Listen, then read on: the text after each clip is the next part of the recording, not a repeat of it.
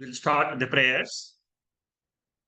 Om Bhadram Karnebhi Shruniyama Devaha Bhadram Pashye Makshabhiryajatraha Stirairangaihi Stuštuvagam Sashtanubihi Yashema Devahitam Yadayuhu Swasti na Indro Vrittashravaha Swasti na Pusha Vishvavedaha Swasti nastakshorarishthanemihi Swasti no brihaspatirdhadatu Om Shanti Shanti Shanti.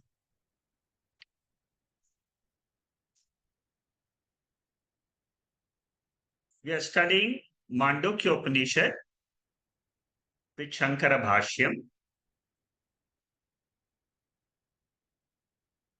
We finished the 7th mantra of the Upanishad, and last week we started the Karikas, the commentary of Shankaracharya on the 7th mantra.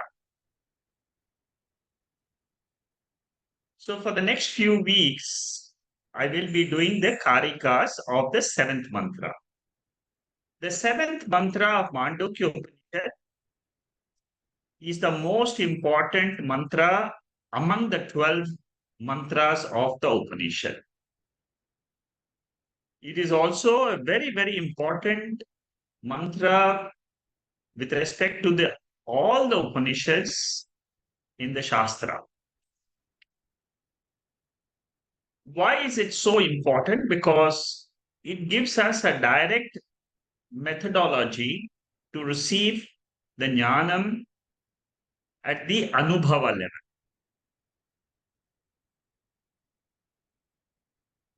Generally, when the Upanishads discuss the nature of Atma, they give us the description, but we are not able to go very deep into the descriptions because we don't do the Shankarabhashyam generally.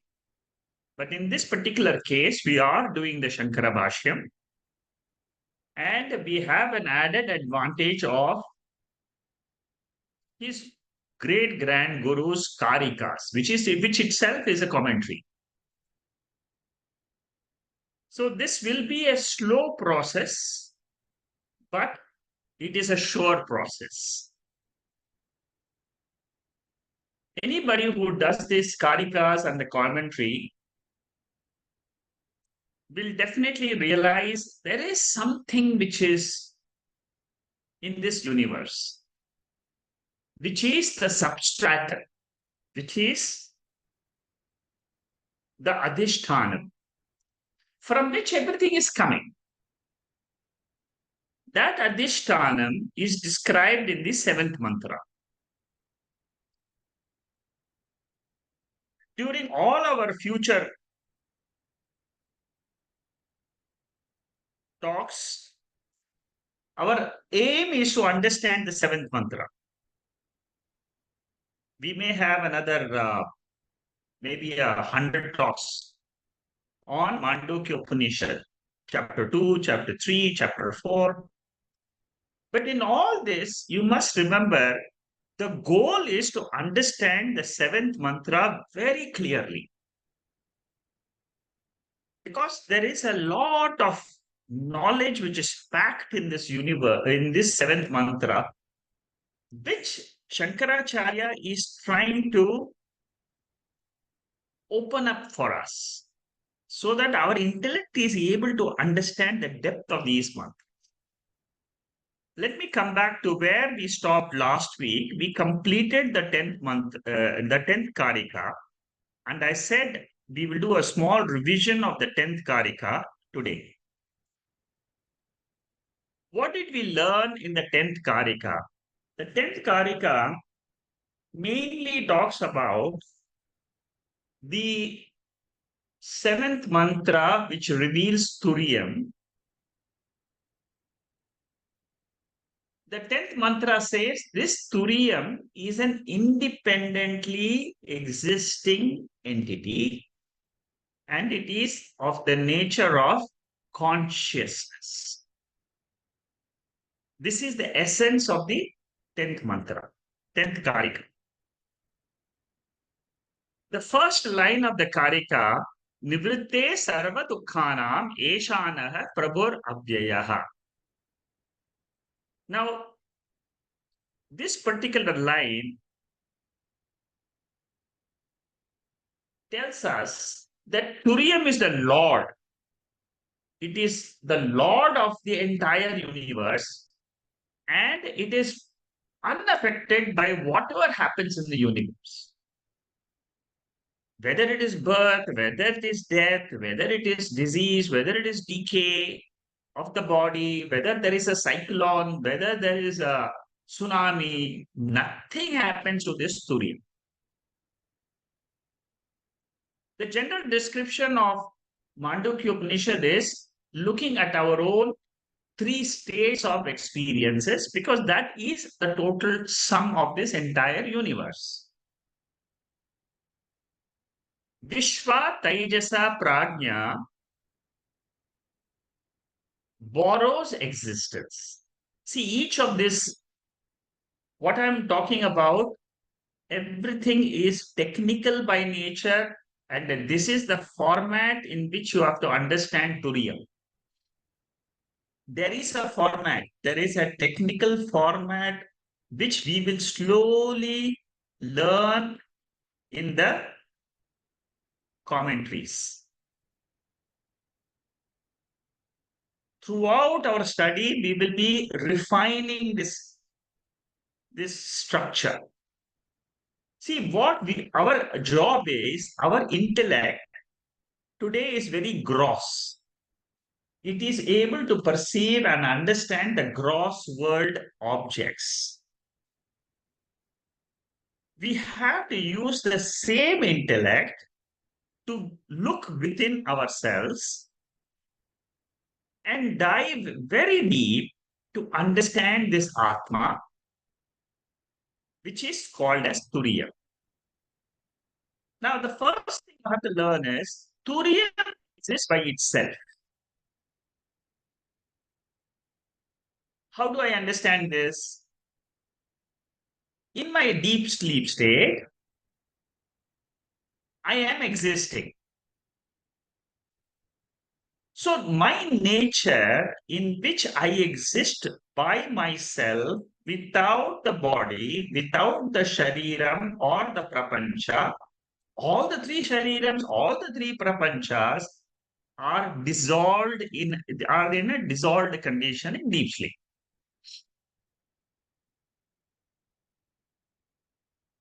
And I am there.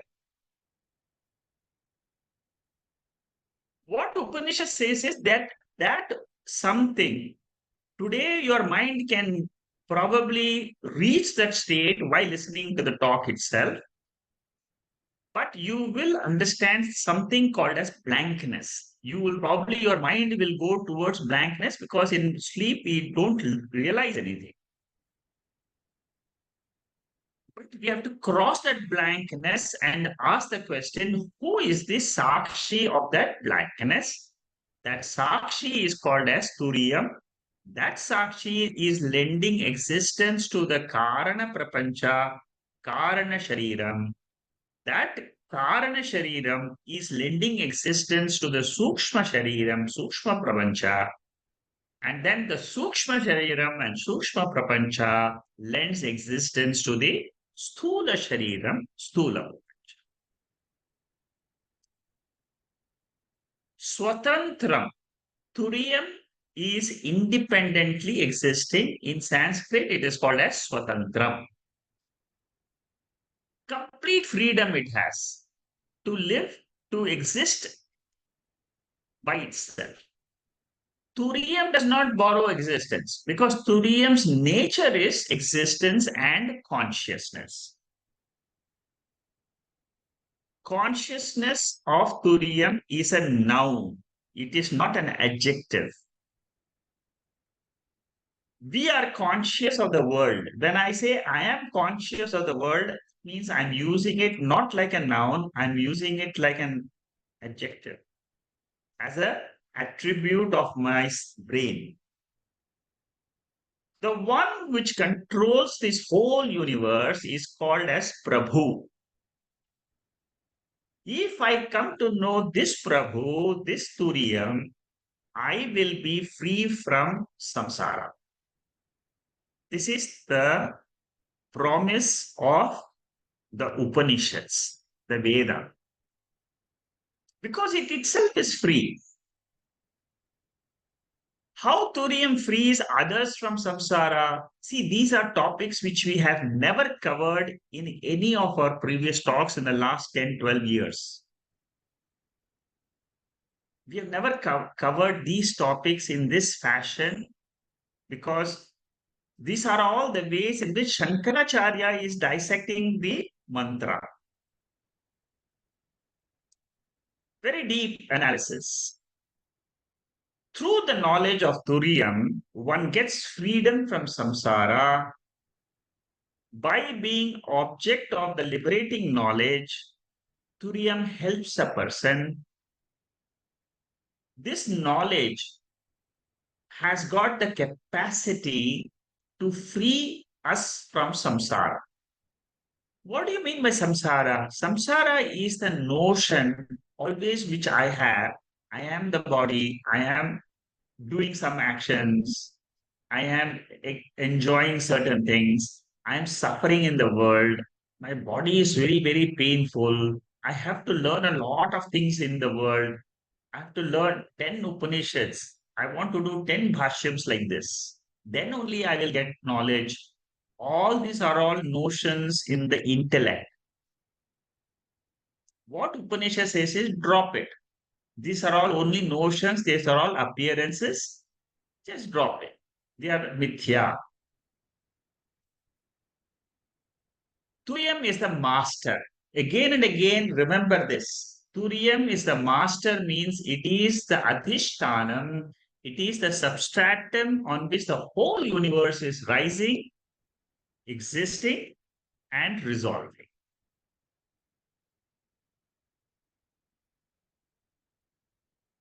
Then the next question is Turiyam is described as Shantam, Shivam, Advaitam.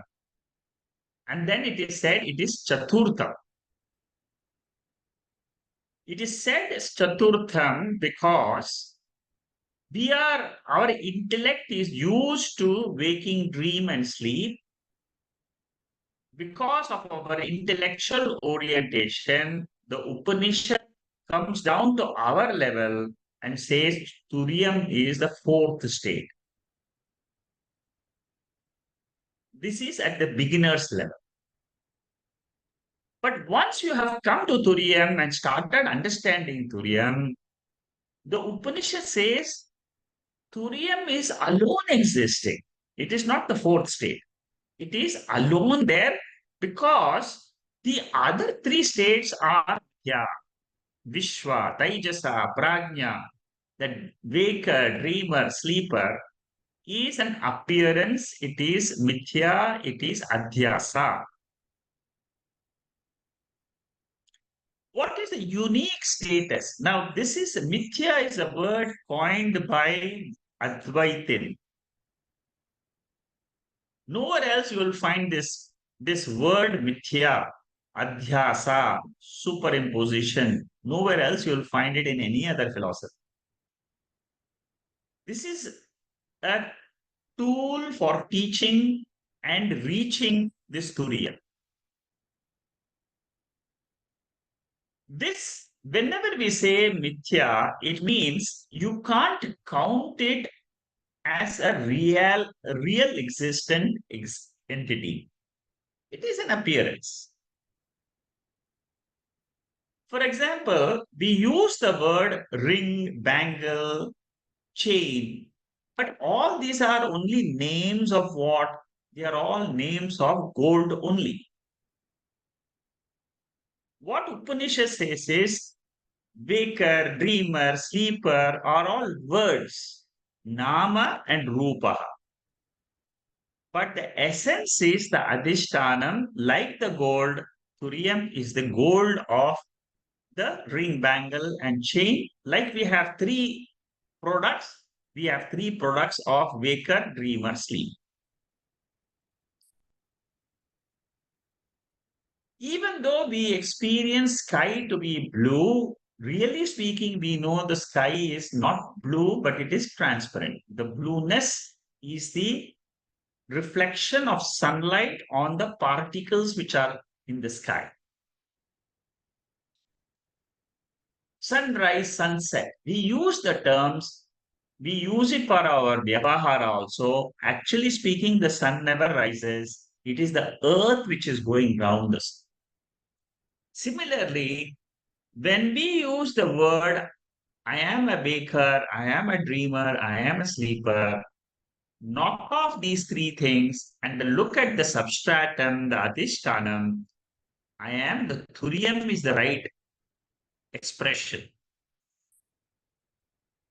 If I know Mandukya Upanishad, if I don't know Mandukya Upanishad, then you will say I am a baker. That's all. So then you continue to be an ignorant person.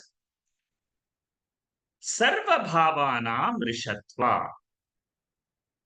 Sarva bhavanam. What are the bhavas? What is our feeling? Bhava. I am a baker, dreamer, sleeper. This bhava, notions in the mind, mrishaha, it is false. It is mithya. Jyotinat iti deva. What is the definition of deva? Deva means something which is illumined. It is a illuminator. Devaha. My eyes are illuminated. The light is illuminator. Sun is illuminator. Similarly, this Turiyam is an illuminator, but it is a spiritual light. It is not a material light, but it is a spiritual light. It is not one of the celestials.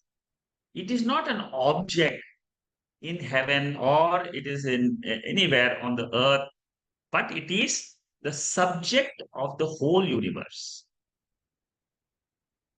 So we don't have to take the Vachyartha meaning of Atma. Vachyartha meaning is I means Vachyartha means I'm a waker, dreamer, sleeper. But we have to take the Lakshyartha, the indicative meaning of I. So what is the direct meaning of I? Direct meaning of I is I am a waker. In the waker, I am a mother, I am a father, I am a son, I am a brother. All these are relative names given to the body. What Upanishad wants you to do is drop all of them and say, I am the Turiyam consciousness. That is the Lakshanam, that is a Lakshyartha. So the seventh mantra, the entire seventh mantra, na anta prajnam, na mahish prajnam, no bhaya prajnam, shantam, shivam, advaitam, all this refers to indicative meaning of I, which is Turiyam. This Turiyam is Vibhuhu. It is all pervading. Now, all pervading means what?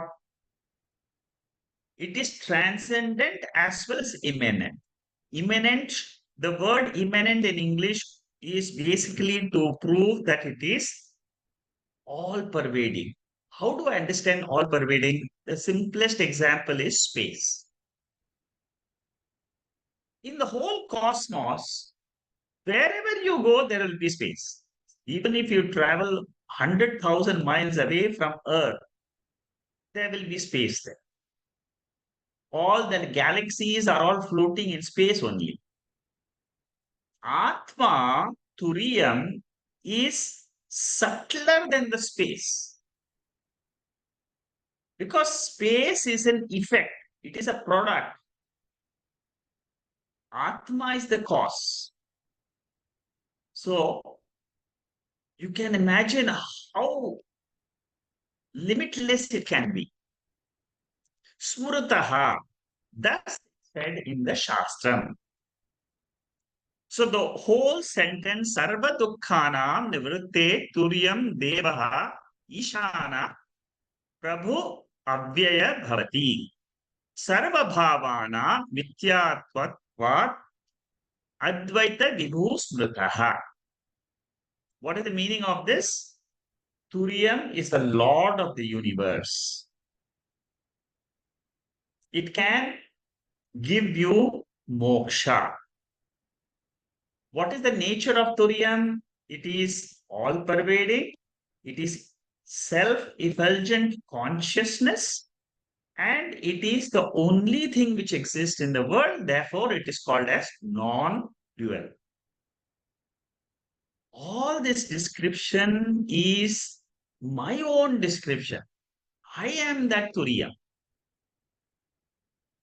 See how beautiful this mantra Karika is.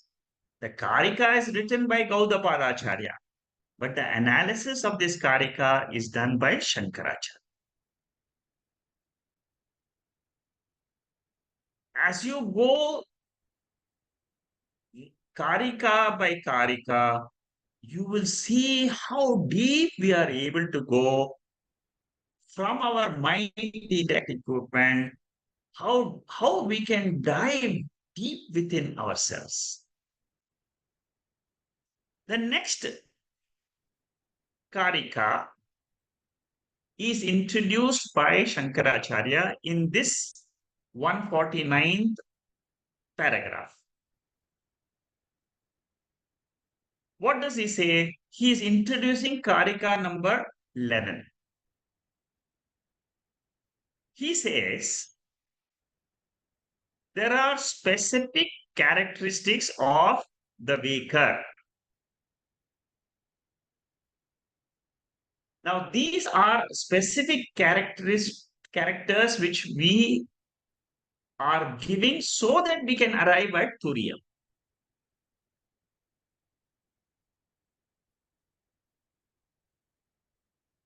What does he do? What does this mean?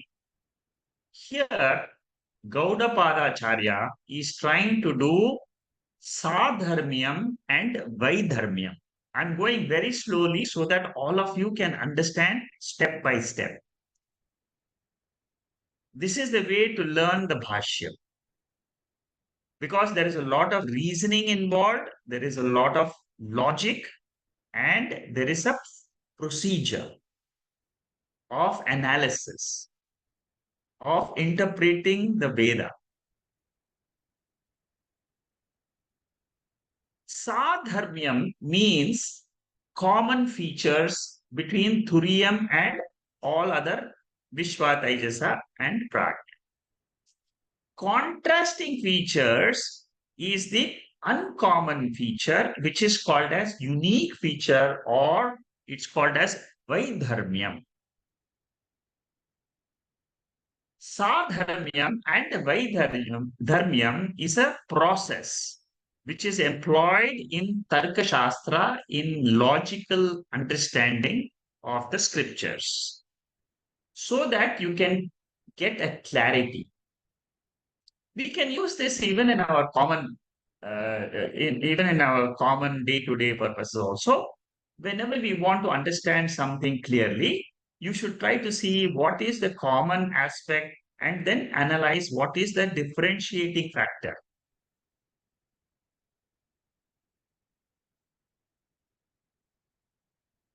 We use it very often in our day-to-day life also.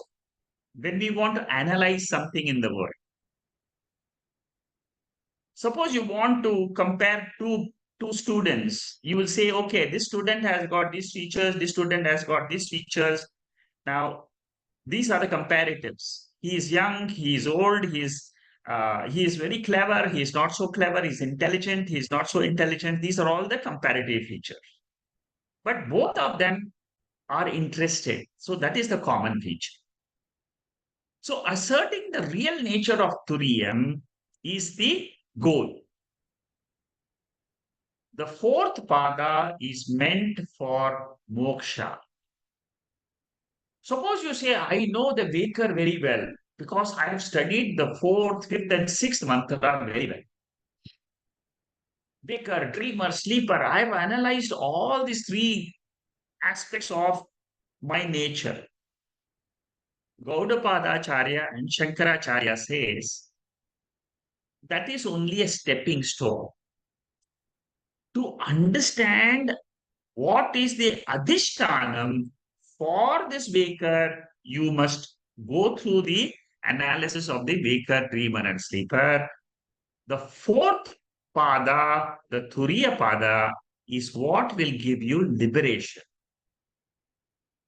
So now you can see the importance of the seventh mantra. Throughout Mandukya Upanishad, you must remember this aspect of seventh mantra. Each one of you should go through the words of the seventh mantra, try to contemplate on it. What are the features which it negates? What are the features which it says is the characteristic of Turiyam? This is the way you should try to understand the seventh mantra. Na bahishpragyam, na antapragyam. That means it negates the waker, negates the dreamer, negates the sleeper. Avyavaharyam. It negates all transactions. Then it says avyapadeshyam. You cannot describe that at all. Then comes the positive factors. How to understand this? Prapancha upashamam. Very critical word. Prapancha upashamam means what? The whole universe goes inside and is swallowed by this turiya. As though swallowed. Whole universe. See, we have to rise from this weaker level and go into another level which is called as paramarthika. You have to get to the higher level where I alone exist as pure consciousness. Okay? Now, in this paragraph, Vishwa and Taijasa are conditioned by cause and effect. We are going to go deeper into this verse. In the 11th Karika, we are going to go into analysis of cause effect. What Gaudapada Acharya is saying in this Karika and Shankaracharya, this is Shankaracharya's commentary. So what we are saying in this is Gaudapada Acharya they says that now let me analyze what is cause, what is effect with reference to the three states. And then let me tell you what is Turiya. Very deep analysis we are getting into in the 11th Karika. So this is the actual Karika. Now we are going to study this Karika. Let me play the Karika for you.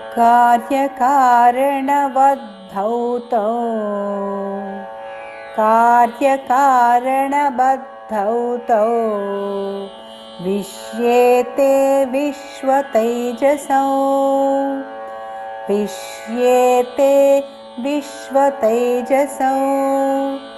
प्राज्ञः कारणबद्धस्तु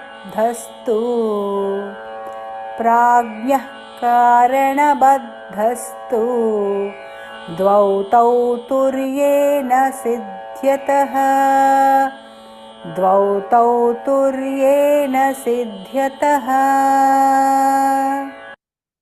The last portion, Dvauto Turyena Siddhyataha. This is very important portion. Very, very important. What does it say? In Turiyam, there is no cause or effect. There is no cause or effect, therefore it is pure. It alone is. See, this is the logic by which we have to understand Turiya.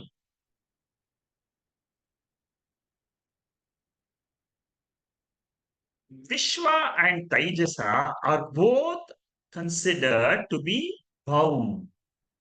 Vishwa means what? Waker. Taijasa means what? Dreamer. So both waker and dreamer are bound by what? By cause and effect. But prajna is bound by the status of being cause alone. See, prajna, I'll explain to you with the help of other slides, but right now you should understand prajna is cause. Vishwa and Taijasa is both cause and effect. We'll see how.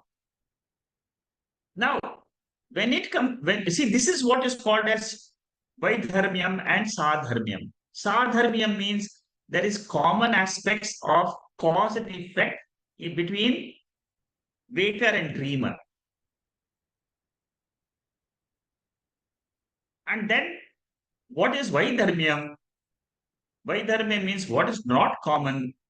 As far as prajna, the sleeper is concerned, the sleeper is only cause, not in effect.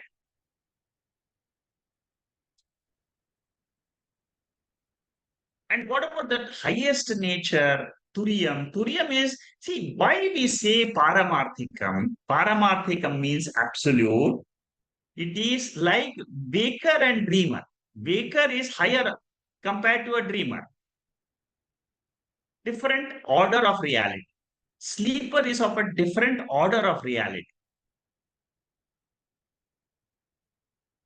Now you understand Turiyam is a higher order of reality compared to even waker. It is in this Turiyam, in the presence of this Turiyam, it is Turiyam which lends existence to all these three. Like the waker lends existence to what? To the dreamer.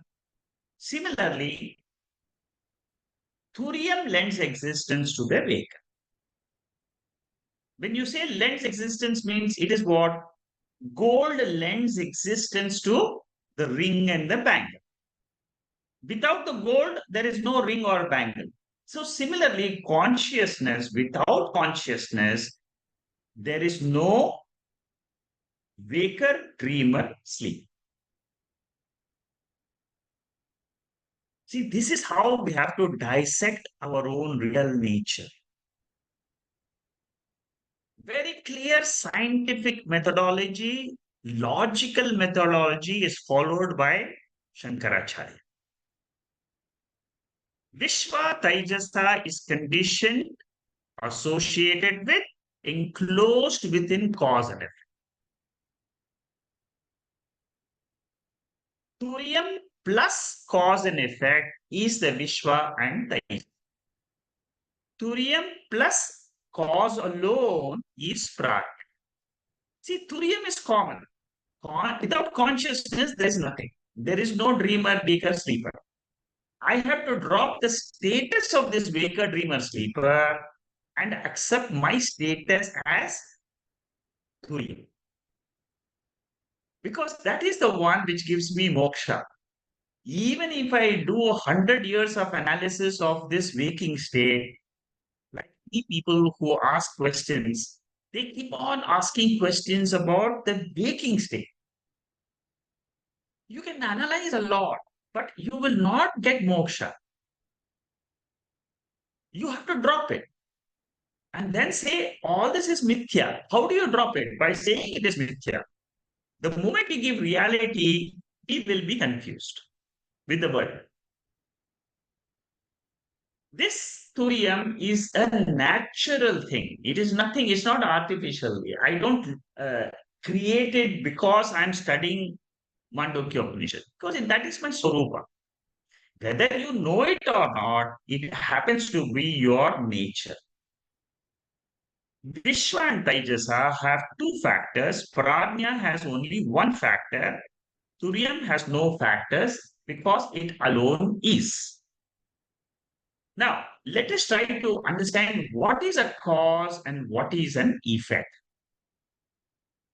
Cause means it is karanam.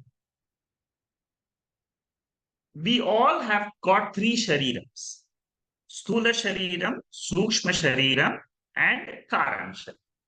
So the Karana shariram, according to Mandukya Upanishad, is the cause for the other two shariras,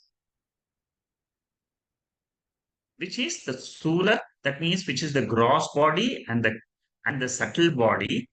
The cause of that is Karana. And Karana Shariram is always the cause, it is never a product. Sthula Shariram is a product of the Panchabhutas.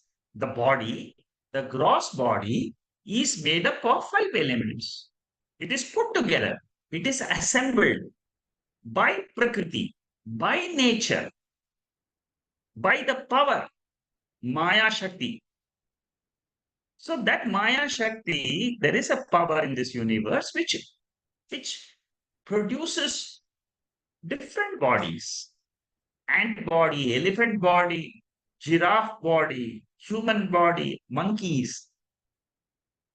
It produces planets. It produces galaxies. All types of living beings. Antaja, Swetaja, all types of things it produces. What is it? All is Prakriti. Prakriti means Panchabhutas. Panchabhutas in different combinations is the world. Who am I? I am not the Panchabhutas. I am the observer consciousness principle of the Panchabhutas. Panchabhutas cannot exist independently. They depend on this consciousness for existence. Karana Shariram in Tattva Bodha is described as anirvachaniyam. It cannot be explained. As what do you mean by anirvachaniyam? Anirvachaniyam means you cannot say that it is existent, you cannot say it is non-existent, but it is seemingly existent. But seemingly existent is called as anirvachaniyam or mithya. So this Vakar is associated with Karanam and it is associated with Karya. Taijasa is associated with Karanam and Karya. Prajna is associated with only Karana. The common feature between the waker and the dreamer is both are associated with cause and effect.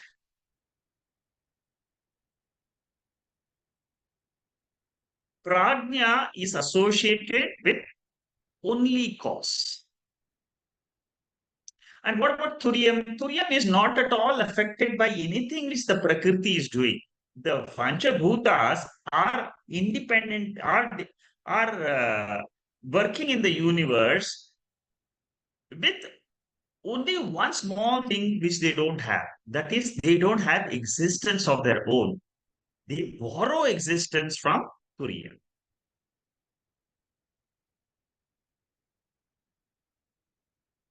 So in Mandukya Upanishad, suppose you want to understand this Mandukya very clearly, what Shankaracharya says, which I have also said sometimes before also, you don't start from waking state. You start from the sleep state. Now we are going to analyze ourselves starting from the sleep state. This is a different type of methodology. Normally, what we say, the world is a effect, and what is the cause? Atma. Taittiriya Upanishad. Brahman is the cause.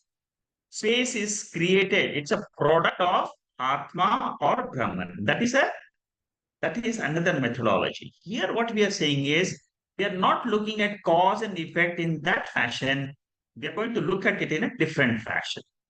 As we go through, you will understand. It's quite easy. Now, generally, when we say sleep, What Shankaracharya's definition of sleep and Gaudapada Acharya's definition of sleep is different than our normal definition. Body is resting is called as sleep. Mind is resting, it's called as sleep. But what Shankaracharya is saying, he says, I am ignorant of my Turiyam state, which is a free state in which I alone exist. That ignorance is called sleep. I'll explain again. Who am I? I'm not the body.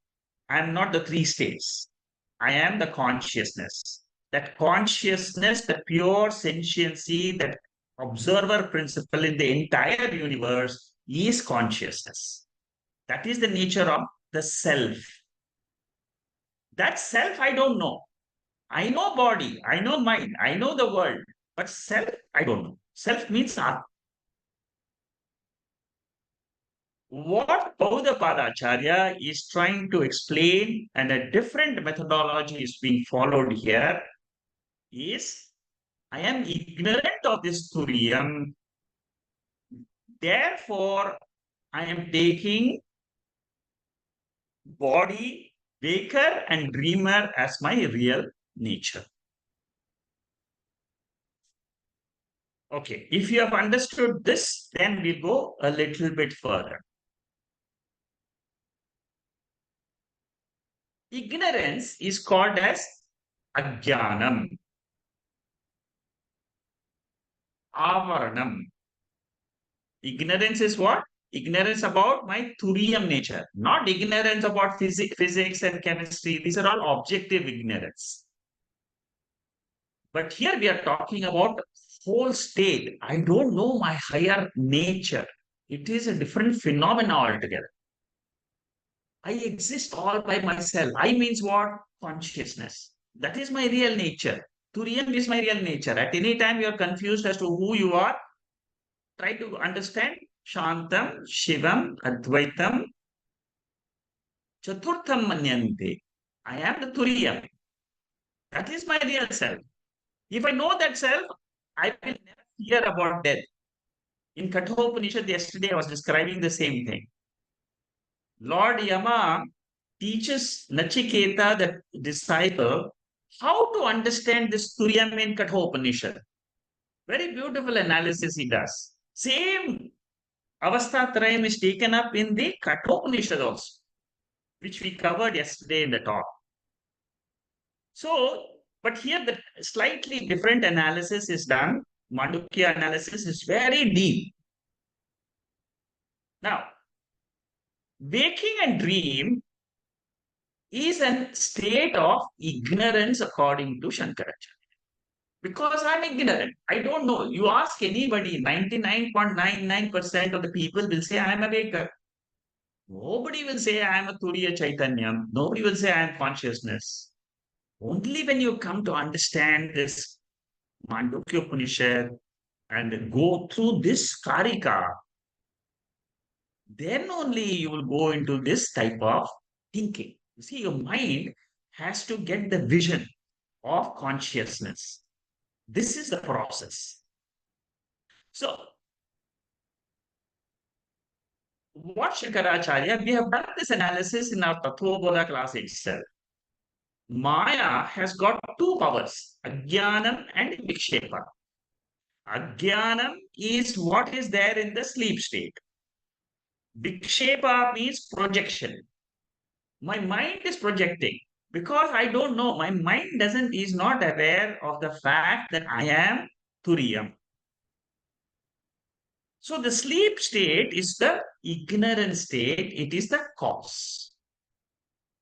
And what about the waking and dream? It is an effect of the ignorance. Suppose I take the example of rope staying. I don't know the rope. That is rope ajnanam, ignorance. Avaranam means it covers. There is something which covers the rope. That is the Maya Shakti. So I don't know the rope. Therefore, I am projecting, it is a snake. It is a pipe which I'm seeing. Because I don't know, I am a pure consciousness. I alone exist. I am the pure. It is pure means what? I exist by myself. I'm self-evident. I'm self-conscious. That is my real nature. Because I don't know that, I'm thinking I'm a baker. I have to achieve things in the world. I have to do so many actions. I'm a karta, bhokta. These are all adhyasa. These are all appearances. These are all vikshepa shakti of Maya. Another example which they give in the Shastra is Shuktika and Rajata.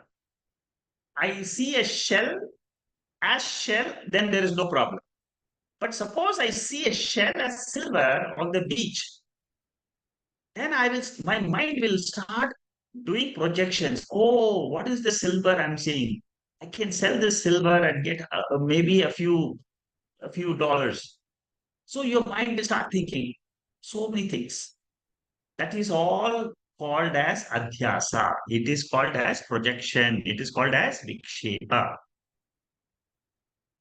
So whenever there is ajnanam and there is vikshepa, there is samsara.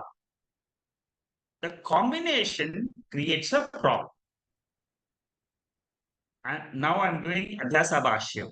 If you have not done Adasa Bashyam, this is what is called as Adhyas. Ignorance plus Vikshepa, the projection. Ignorance means Avaranam. Avaranam, Ajnanam, and Vikshepa. Together they cause samsara. How to get rid of samsara? Know Atma, the nature of Atma, and you have completely written off samsara. Now, how I can delete the samsara from my mind? Understand the nature of ajnanam. Ajnanam is ajnanam is the ignorance. Ignorance alone leads to creating a problem of vikshepa. Normally, ignorance by itself does not create much problem. I'm ignorant of so many things in the world. Doesn't about all the planets which exist. I don't even know about it. Does it cause a problem? No. But what causes problem is the adhyasa, the misconception, the vikshepa part. Shankaracharya writes commentary on adhyasa bhashyam, not on ajnana bhashyam. Ajnana means ignorance. He doesn't write a commentary on Ajnana. That means not on the Avarna Shakti, but he writes a commentary on the Vikshepa Shakti, which is Adhyasa. If you have understood so far, you will automatically tell me that this entire waker and a dreamer is only Adhyasa on that Atma. Prajna is also adhyasa. It is also an appearance on pure consciousness. Vishwa means the waker. He has got ignorance of the Turiyam and he has got the adhyasa, the projecting capacity of his mind, which tells him that I am a waker. I am. Waker means so many things. The first thing is waker. Under that waker, you have got I'm a mother, like a father, and I'm a student. I do, I'm a child. All these things is adhyasa. In the dream, also the same thing is there. Ajnanam plus adhyasa. So what is the common feature between waking and dream? Both are born out of prajna. Both have got ajnanam and it has got adhyasa. This is the common feature, sadharmyam. And what is the uncommon feature when you compare this pair to sleep state? In the sleep state, there is only ajnanam. There is no vikshepa there. That means my mind is not projecting anything. My mind is only covered. That covering of the mind is called as Mula Avidya. Okay. So, Karanam, Ajnanam, Agrahanam. Now, there are two new terms which Gaudapada Acharya is introducing. One term, it is called as Agrahanam. Agrahanam means I don't grasp anything in my sleep state. Agrahanam, I repeat, because these two words is going to be used in other Karikas also. It is the same thing. Like it is instead of saying Ajnanam, ignorance. He is saying Agrahanam. What about this is Agrahanam is used whenever it is a cause. Cause is sleep state. I don't experience anything. That is called as Agrahana. In the sleep state, all of us are not experiencing anything. In the waking and dream, what are we doing? What is our experience? I'm experiencing so many things in the world. There are so many objects and living beings and planets and cosmos. Everything is so many is there. That is all what? Karyam. It is a product. And karyams can be many. It is infinite in number. But karanam is only one. Ignorance is the cause. Karyam is many. Karyam is an appearance. It is adhyasa. It is an error. It is a misconception, like the rope snake, like the pipe, like the split on the earth, like the silver on shell, like mirage water on the sand. These are all errors of ignorance. I don't know I'm a baker. I think I am a dreamer. Therefore, that is an adhyasa. Dreamer is an adhyasa. It is an error. So I just have to drop it. That's all. That's what I was telling somebody yesterday. That don't worry too much about your dreams. It is an adhyasa. Why it comes and all that, there are many, many, many, many factors. You will never be able to say why specifically it is coming to me and then it is repeatedly coming to me. You cannot say why. There are many factors which I don't know. There are so many things I don't know in the world. This is one of the another thing which I don't know. Let it come. But what is the analysis? It is mithya. It is coming because of my original problem, which is ajnana, which is atma jnana. I am the Turiyam Atma. So if I know the Turiyam Atma, I will not be bothered at all. Neither of the waking, neither of the dream states. It is the beauty, that is the intellectual beauty of a jnani. Okay. See, one paragraph, so much of knowledge is there in Shankara's Bashyam. So much of depth is. See how much we have gone. Anyata grahanam, then agrahanam. We have seen projections, vikshepa. We have seen avaranam, which is there. These are all the ways in which you have to go dive deep so that you can know your real nature. Not only your real nature, you also will come to know what is the nature of the whole cosmos. See, Veda is so beautiful. It is only telling us, come, I will teach you. You don't need to suffer samsara in this world. I will give you a step-by-step teaching. If you follow this, same thing happens in Bhagavad Gita also. First Karma Yoga, then Upasana Yoga. Ultimately, in the 13th, 14th, and 15th chapter, the best medicine is given for removing samsara, which is Jnana Yoga. These agrahanam, anyata grahanam, cause effect is a stepping stone to understand the Turiya. Okay. Now, the next paragraph, Shankaracharya himself says, this karyam and karanam It is like the seed and the plant.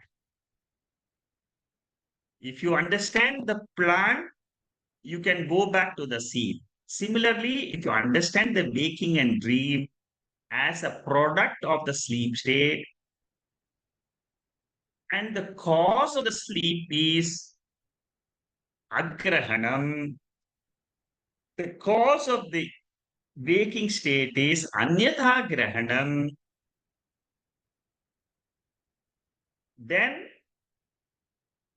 we will know how to proceed further to remove this ignorance. He's telling us the methodology. What are the two misconceptions, twofold misconceptions, main misconceptions? At the top level, there are many, many misconceptions at the bottom level. Like I keep telling you, I am rich, I'm not, I am dull, I'm fair, I'm dark. All these are also misconceptions of I. The main misconception is I am a waker or I am a dreamer. This is called as Jiva Bhava. Many times I say Jivatvam. Jivatvam means what? You have to replace this Jivatvam with Brahmatvam, with Turiyatvam. So in your own intellect, you have to remove the notion, I am not the waker, I'm not the dreamer, I'm the pure Turiyam. You have to deliberately tell yourself, after getting this knowledge, you have to tell yourself, I am not the sleeper, I am the Turiya Atma, which is always there, which is eternal. Nityaha. Here comes one of the best mantras of the Upanishadic literatures. Like I said, the seventh mantra of the Mandukya, there is one mantra out of maybe 400-500 mantras in Chandogya Upanishad. In Chandogya Upanishad, basically there are 8 chapters. The first chapters are all related to Upasana meditation. The 6, 7, and 8 are the chapters of Vedanta. I'll be teaching Chandogya Upanishad on Saturdays, maybe after 3-4 months. Okay, in that Chandogya Upanishad, there is one verse. This is the verse which you should keep always with you. Because this is a favorite verse where I don't quote it, I always say it. Uddalaka Aruni said to his son Shvetaketu, Uddalaka is a teacher. He is the teacher, he is the guru. In the 6th chapter, where the famous Vakya, Tattvamasi is repeated 9 times by the Guru to Shvetaketu. Shvetaketu is the son of Uddalak, who is the disciple. Now, he wants to teach the same, whatever is taught in Mandukya Upanishad, he wants to teach his son in Chandogya Upanishad. What does he say? He says, let me see how, that's what I say, that this three, once you understand Mandukya Upanishad, you can understand all other Upanishads very easily. Because you go to the depth of one Upanishad, other Upanishads become like a cakewalk. All the other 11 Upanishads, 10 Upanishads, which you do, you will say that I understand all the essence is the same. In Chandogya, there is a mantra in the 6th chapter, which is Tattvamasi section. There, the teacher talks about the deep sleep state. He says, in the deep sleep state, what is happening? In the deep sleep state, he tells his son that you are with pure existence, you are with Turiyam, and you have attained yourself in Turiya in the sleep state itself. So every day when I go to sleep, what can I tell myself? If this is the truth, come on. Veda is teaching me who I am. And it says, I am the pure Sat. You can either call yourself as pure Sat or pure Chit. Whenever you say Chit, it refers to the mind aspect. Consciousness with reference to the mind. Sat means with reference to the body's existence. Pure Sat means without, you see, body is existent, the planet is existent, but the pure existence is the real nature of the planet as well as the body. That is what he wants to teach, and that is our nature, that is our intrinsic nature. The entire waking we call it appearance in Vedanta. It is called as Adhyasa. It is called as mithya. The entire experiences which we have is an appearance. It is not a reality. Reality is this Turiya Atma. Karanam karoti iti karanam. The producer, the generator of the world is Karanam. The seed is the Karanam. The tree or the plant is the Karyam.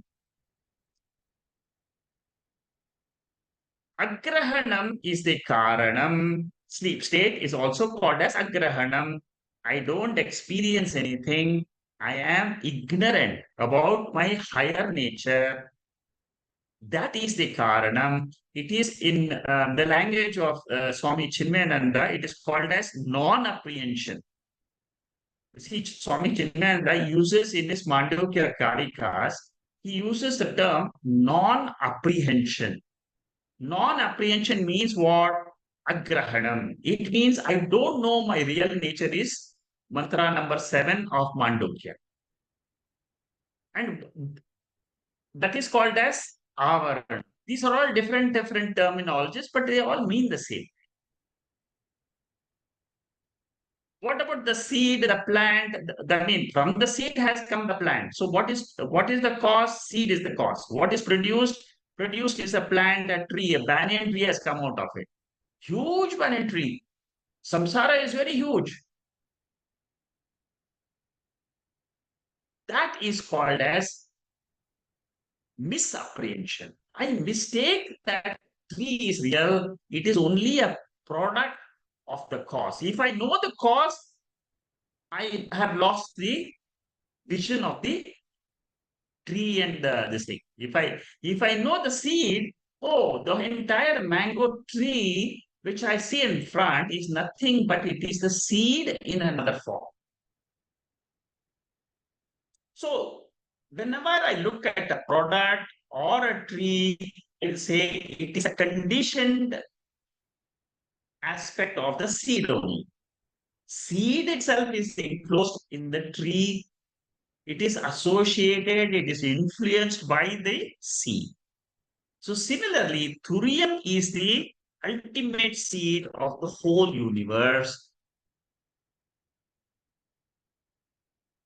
And waker, dreamer, sleeper is the product.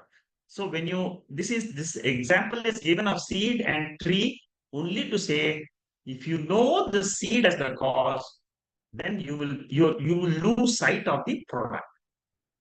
Karana Upadi, uh, in the case of the human beings, and the case of analysis of the three avasthas, the third pada is the Karana pada. That is called as Ishvara or Antaryami. And the other three effects, Baker, Dreamer, is called as Karya Upadi. It is the Jiva portion.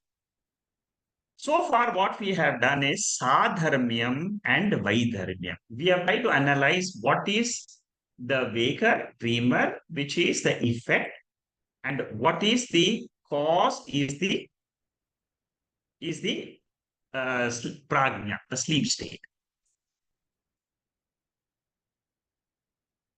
So in advanced texts of Vedanta, this ignorance is analyzed very, very deeply, especially in Naishkarmya Siddhi, another very beautiful text.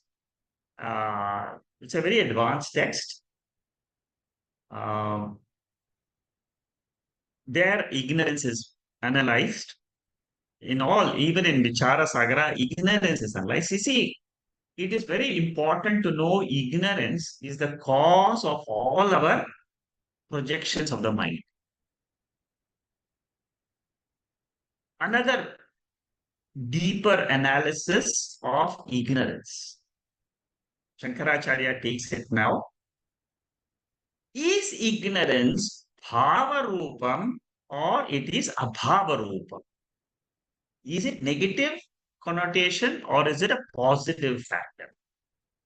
Shankaracharya says it is a positive factor because it is able to produce things. Ajnanam is not abhava roopam because it causes misconceptions.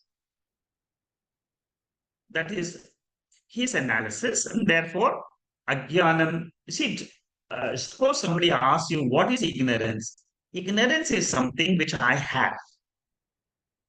I have a bhava. I don't know it's a bhava. Anything. It is not it is a bhava. Bhava, I don't know how to translate in English. Bhava is a feeling. That is the closest.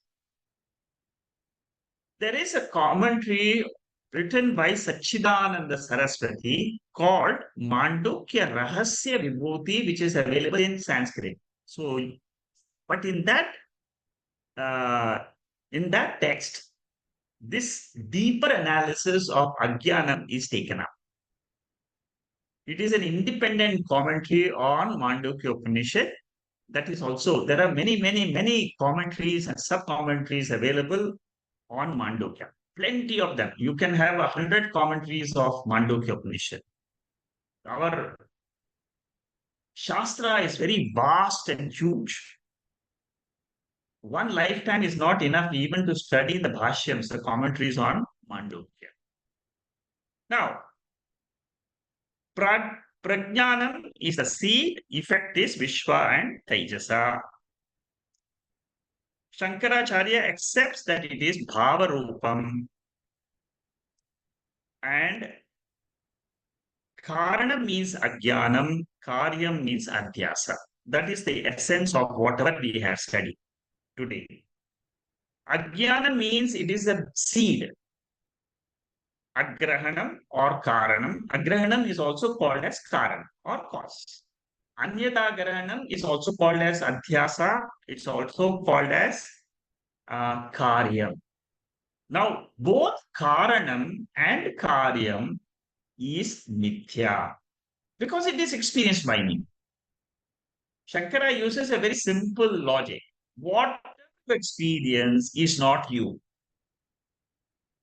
You are the experiencer, not experienced. So up to the sleep state, waking state, dream state, and the sleep state, all are experienced. Whatever is experienced is the world and the the cause is already there. Therefore, whatever is experienced is not me. What is the experiencer is me. That experience is of a higher nature. In Bhagavad Gita, there are two. There is that. I mean, this mantra I have quoted several times before, and I have also talked about it in Kathopanishad yesterday. Mastani Sarva Bhutani in chapter 9. Now I will only refer to the Mastani and Nachamastani. That's all. You should be able to go to that mantra and understand.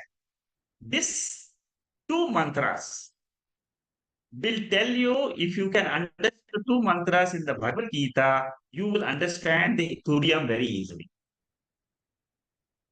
Mastani Sarvabhutani means the word is there in Turiyam.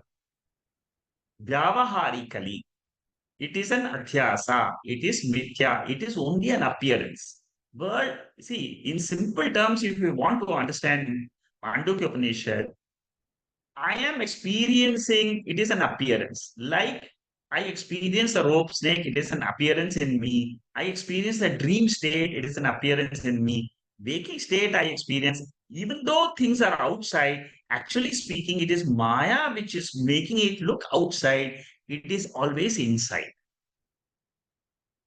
I've quoted the mantras down, this ninth chapter, fourth mantra, and the fifth mantra. In the fifth mantra, it says, world is not there in me. Here it means that you are removing the Maya, you are removing the mithyatvam of the world, and you're holding on to the seventh mantra, which is Turiyam. When your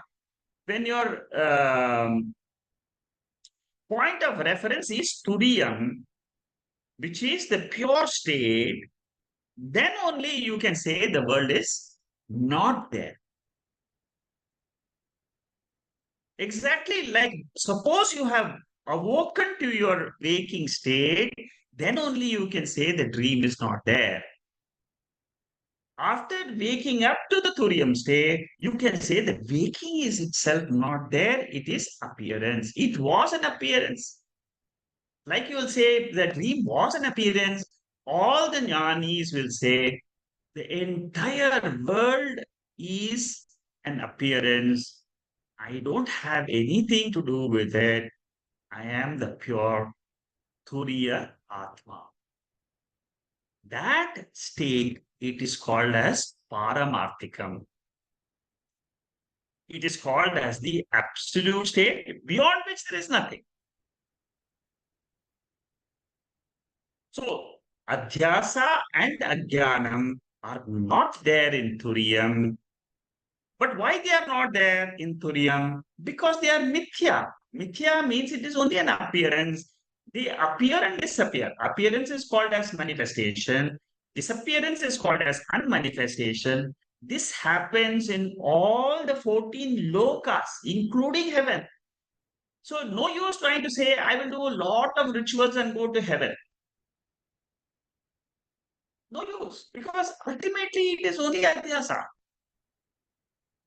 What is Satyam? This Turiyam alone is Satyam. Okay. So, what is the ultimate lesson from this 11th Karika? Vishwa and Taijasa are both bound. It is natural. I feel I am bound into this body. I'm bound as a waker and dreamer because it is an effect. If I don't know the cause, which is Turiyam, which lies beyond Prajna, then only by knowing Turiyam and Prajna in this fashion of Karanam and Karyam, I can get rid of samsara. Say that factually speaking, waking dream is mithya. It appears to be there, but it is not real. Now you can understand real and unreal when we did Vivek Chudamani. There we talked about real and unreal, but this is the ultimate reality you should understand. Today we have covered a very important Karika, very, very deep in its meaning. You can go through it, you can revise it, but this is the way Bashyam study is done. It's very deep. You have to apply your intellect. You cannot close your intellect. You cannot, you have to have the faith in the Upanishad, but it should have reasoning. Next week, we are going to do Karika number 12. We have finished 10 and 11. I will give you a little bit of revision of the 11th one next week when we start, like I did this time. And then we'll proceed with the next Karika. And all these Karikas will help me to understand my real nature. We are not talking about something which is very, very different, which is not talking about some object. We are talking about our own nature. Therefore, it is important for me to know this. This is pure knowledge. This is Jnana Yoga. Okay, so I will stop here. Oh,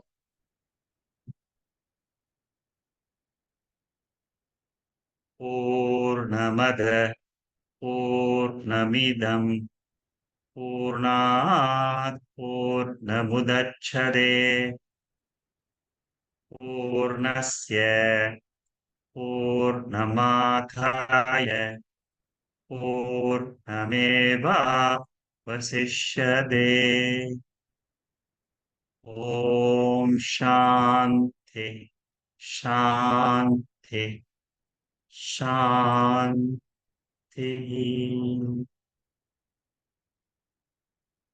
Okay. There's a question in the chat box. Mrs. Mani is asking, Brahma, Vishnu, Mahesh, Indra, Yama, all these have got duration of time. Are they a part of Vishwa, Taijasa, and Prajna? Okay, good question. See, there is a difference between our Shariram and the Devata Shariram. Brahmaji, Indra, Yama, they are all also souls. They are also like us only, but they have a very long duration. Now, Vishwa Taijasa Prajna applies to all living beings in all the lokas. But for them, they are not Vishwa Taijasa Prajna because all the devatas, they already know their nature as Atma. So this Vishwa Taijasa Prajna is with reference to the our Shariram. We don't have to say it that they also have a Shariram, no doubt, but they are all realized souls. They are exalted souls. They are realized souls. Their position of Brahmaji is limited. They also exist for a certain amount of time. They also lose that position, but they know while having this position itself, they are realized masters. Like example, in this loka itself, there are jnanis who are realized. So they are not affected by this Vishwa Taijasa Prajna, even here itself.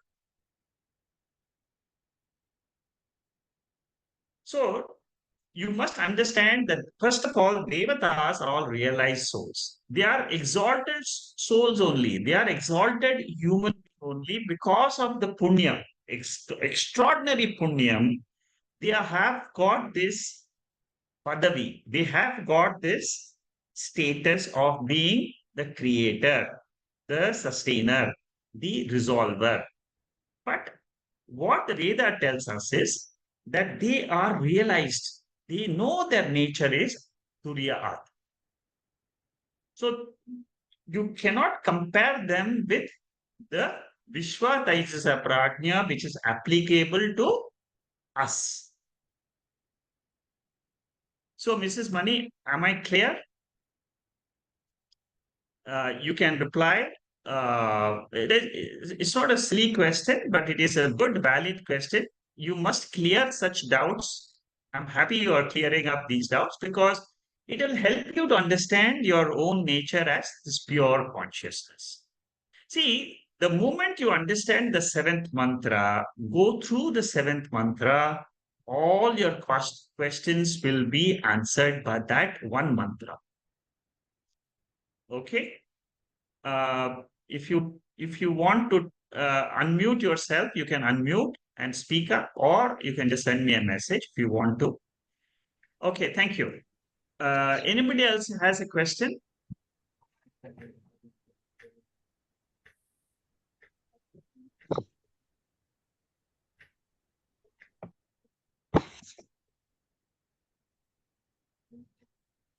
anything on what we discussed today? If you have you need any clarity or if you have a comment, you can say.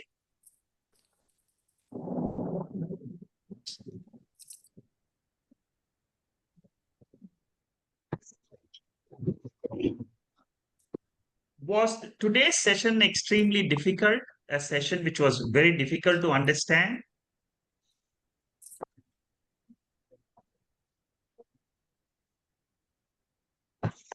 Hari Om Shakaji, is Bharat here. Yeah, Bharat, go ahead. I think the session was really, really good. I think that this whole, it's the crucial aspect is to understand the cause-effect relationship where sleep is the cause. And it's really interesting that Shankaracharya uses the seed and the tree or seed and plant Yeah, because that whole cycle repeats. But if you look inside a seed, you never find a tree. It's not there at all. Only that the one that's looking, Turiya, is the truth. And I thought your Bhagavad Gita meditation was excellent. You know, the self is unmanifest. That means it's not manifest. And if you say it's unthinkable, then it can't be the mind. If it's not the mind, then again, it can't be anything that's manifest. And if it's unchangeable, that means everything that you observe through space, time, object identity, it's none of those. So in that set, the only thing that's left is yourself. It's like comprehensive application of neti-neti. I thought it was excellent. very good. I'm very happy you have been able to absorb so much from the session as well as from the meditation. Excellent, Bharat. I think you've got the gist of the entire talk today. Very good. I think you've put very concisely exactly what we have learned today. Good. Thank you, Bharat. Thank you. Thank you. Anybody else has Okay, any? Yeah, Shankarji, yeah. Today's session is really very, very important, I feel actually. I mean, particularly that feature which is introduced as a part of Ajnana and Adhyasa, yeah, Agrahana and Anyata Grahana.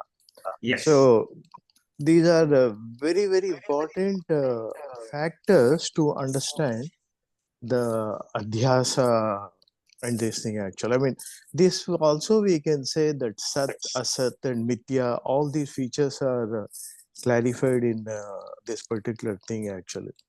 So the way Adhyasa has been considered and sleep as a basic cause.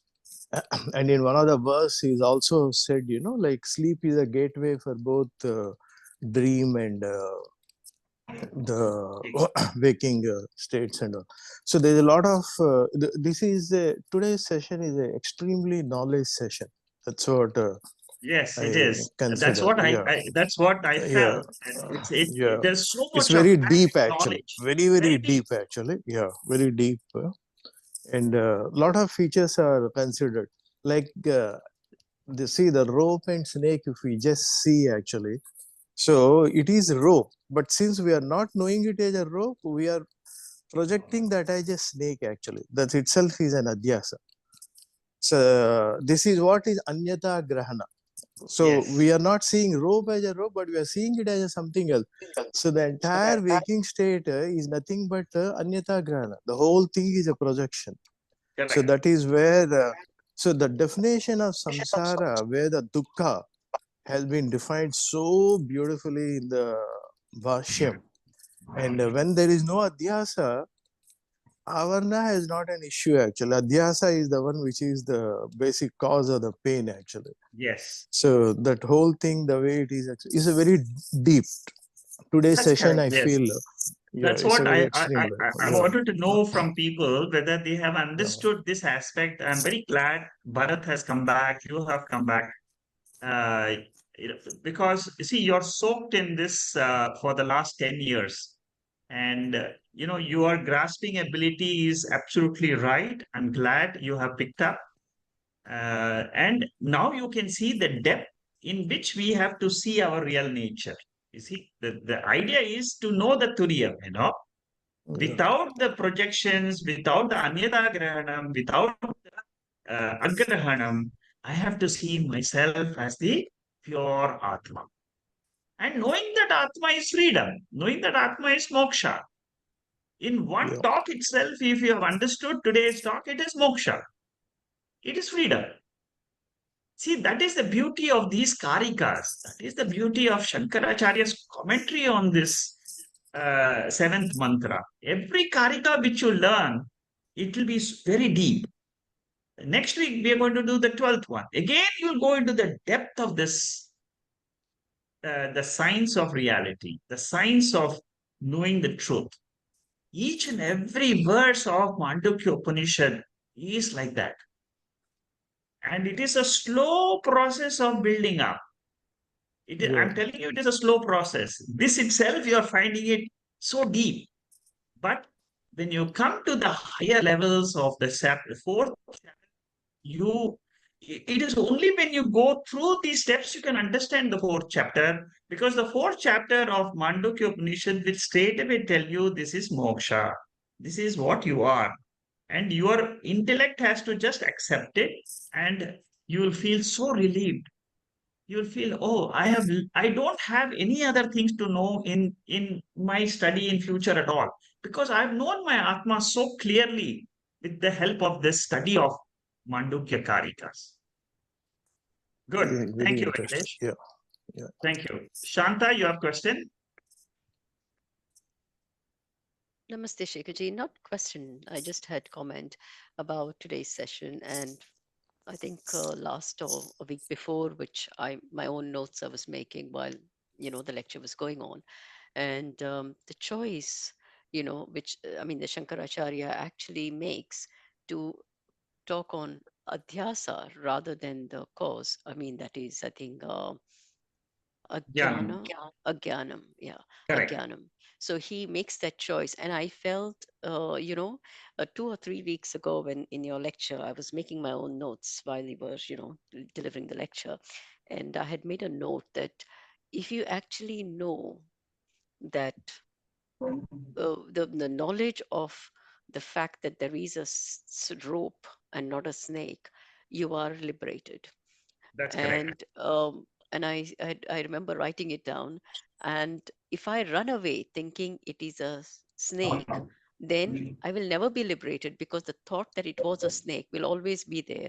And so that knowledge is not there. And so if you don't have the knowledge, you cannot be liberated. I mean, this is my own words. I was trying to put Correct. things Yes, you're about, right. That's a correct how understanding. yeah. So that is what I had written in 2 or 3 days 3 weeks ago, that knowledge is the only way I can get liberated, because that will tell me that it is a rope and not a snake. So running away from it out of fear is ignorance. And today's session, when Shankaracharya emphasizes on this fact of taking away the darkness, or taking away that um, that fear of the snake by putting light on it, and I mean on the rope, putting light on it and telling it's a rope and not a snake. That was quite moving for me, because the choice of his, because many a times what happens, as a scientist myself, I always want to know the cause. We are always living in the world of cause and effect. And whenever we see something, we want to find the cause. If that is how our work is. But this was I mean, I was quite happy that what I thought a few days ago, and the emphasis which Shankaracharya is only on the adhyasa rather than the cause and the karanam, which made me quite happy. It was quite, I mean, it was a bit heavy for me, I would say. I wouldn't say it was easy to grasp everything. But of course, the meditation was wonderful, I would say, because I'm a big fan of Bhagavad Gita, as you know, and all these verses are sort of, my favorite ones. I can't talk enough of them. So it was quite wonderful. Thank you very much. But it was a bit heavy for me, I would say. It wasn't, everything was, I couldn't grasp everything clearly in one session, or, in this session. So I think I will need to listen to it again. Yeah, that's okay. I mean, you see, in every session, there are a lot of new things you're learning. And especially in Shankaracharya's Bashyam, he packages in one verse, he packages a lot of things. So the, the one way is just keep learning. You will understand the concepts a little bit more clearer as we go by. And there are a few concepts like anyata grahanam and agrahanam. These are two, non-apprehension and misapprehension. Now, misapprehension is the entire mind. Our mind is the cause. The mind is the cause of all misapprehensions. So all the time, my mind is only misinterpreting the whole universe. And what is the cause of this? The cause is I don't know my real nature. I am a pure being. I am a conscious being. That is the full stop. There is nothing after that. There is no Shanta. There is no female. There is no nothing after. I am a conscious, pure being. Whether it is, anybody you take, the name is given to the body for interaction in the world. We cannot negate we cannot negate the vyavahara. Vyavahara is different. For vyavahara, I need everything. But when I want to know who I am, you come to Mandukya, learn about Anyata Grahanam and Agrahanam, and remember, I am the Turiya Atma. Seventh mantra, keep it all the time in front of you. A few words of the seventh mantra will make you more, it'll have a bigger impact on you. For some people, there will be one word which is avyavaharya.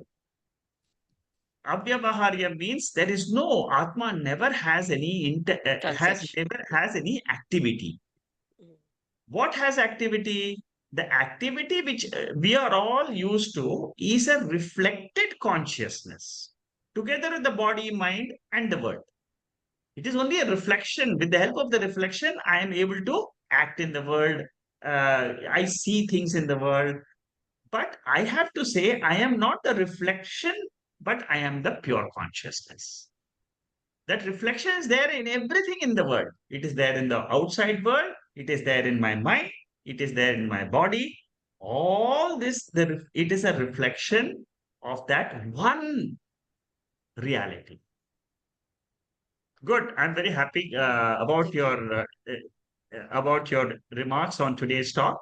But anyway, like I said, what you are saying, I'm sure everybody will also say the same thing. But the answer to that is try to I have to listen again, I would say, listen because again. then it I'm very happy that you're making your own notes, because making your own notes will help you to contemplate. You know, it can be just a few, three words which you have picked up and which you want to contemplate, which you can come to. See, that's why they said in Brihadaranyaka Upanishad, there are three stages in your ultimate realization. Shravanam, Manana, Nididhyasana. You cannot escape these three steps. You cannot say, I will do only Shravanam, I will not do Mananam and Nididhyasana, but I will realize Atma. Not possible. Because there are great scholars who have learned the same Upanishads and they have come back to this methodology. We cannot escape this methodology. We have to use this. There are certain, like I was saying, there are some people who like the word avyavaharya. some people will like to use the word prapancho upashamam. That word prapancho upashamam is very powerful. Very The powerful. whole chapter is written, this second chapter is the whole chapter, I think about 28 verses are written only for one word, prapancha upashama. Atma is the self in which the whole universe goes into unmanifest condition. Unless you come to Vedanta, you will never know this. You will never know the nature of your real nature. Your real nature is consciousness. In that consciousness, only the whole prapancha. Upashama means resolution. So for some people, they use the word prapancha upashamam. Some people will use the word avyavaharyam. Some people will use the word advaitam. Advaitam is a very, very, it is a very highly sophisticated word which has got a lot of logic in it, and tarka is there, reasoning is there, but that unless until you do the reasoning you will not be able to appreciate advaita. It is not an easy word to analyze. It is something which you have to learn first, and that is done in the third chapter. So one full chapter on Prapancha Upashamam, one full chapter on Advaita, the second chapter and the third chapter. The fourth chapter is another very beautiful chapter where all the philosophers are taken by Shankaracharya and Gaudapada, and then they give offensive arguments and defensive arguments. Defensive arguments to prove that Advaita is the only right vision.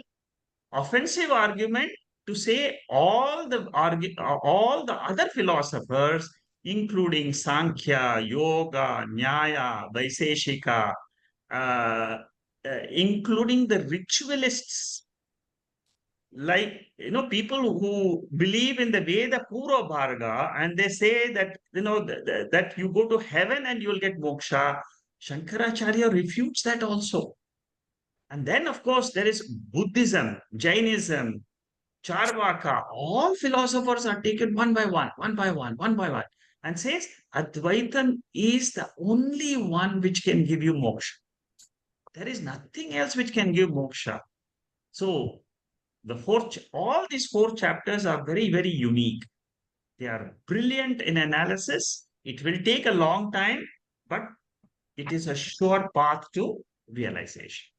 There's one question, are we going to learn about, this? I was always trying to find on which section, when Shankaracharya and I think it's Mandal Mishra had whether Advaitam or Dvaitam, and that is how the defeat of Mandal Mishra, which led to Advaitam being accepted in the north. I wanted to know what is that point of argument where Mandal Mishra could not prove Dvaitam, because that would help us also to know what is Advaitam.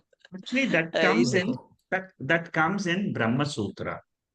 Oh, okay. It comes in Brahma Sutra and in a text which is, I'm not sure whether this is the text. There is a text called as Naishkarmya Siddhi. In that, Sureshwaracharya, one of the direct disciples, Sureshwaracharya was supposed to be an extremely great scholar, very, very great scholar, who was a direct disciple of Shankaracharya. On Sureshwaracharya writes commentaries on all Shankaracharya's commentaries. That means on Shankaracharya's commentary, he has written a commentary. And he will also say in some areas how he differs from Shankaracharya. I think in Naishkarmya Siddhi or one of those texts of the direct disciples, this Mandana Mishra story comes in, and it's a very actually speaking, Mandana Mishra is basically trying to say that Dvaitam is the ultimate truth Ultimate, that you yeah. will get in Mandukya itself. Why Dvaitam is not the truth? Why Mm. Advaitam is the ultimate. Mhm. When you do the fourth chapter, and when you do the when you do this second chapter of Brahma Sutra, you will have the debate of whatever Mandana Mishra had. You Mm. will have the same debate which will come. Okay, thank you. Thank you very much. Okay. Yeah, Nandu, you have a question. Go ahead, Nandu. Yeah, yes, not question maybe, but if I'm eligible to comment on some of the things Shantaji asked for.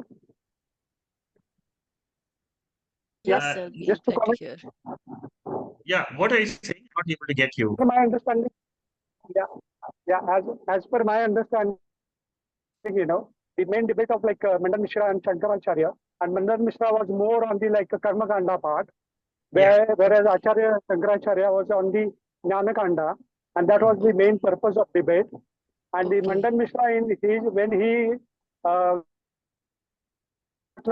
he became like a disciple with that conversation, and he became as Mm. like a Sureshwaracharya, and then he wrote all the commentaries and all.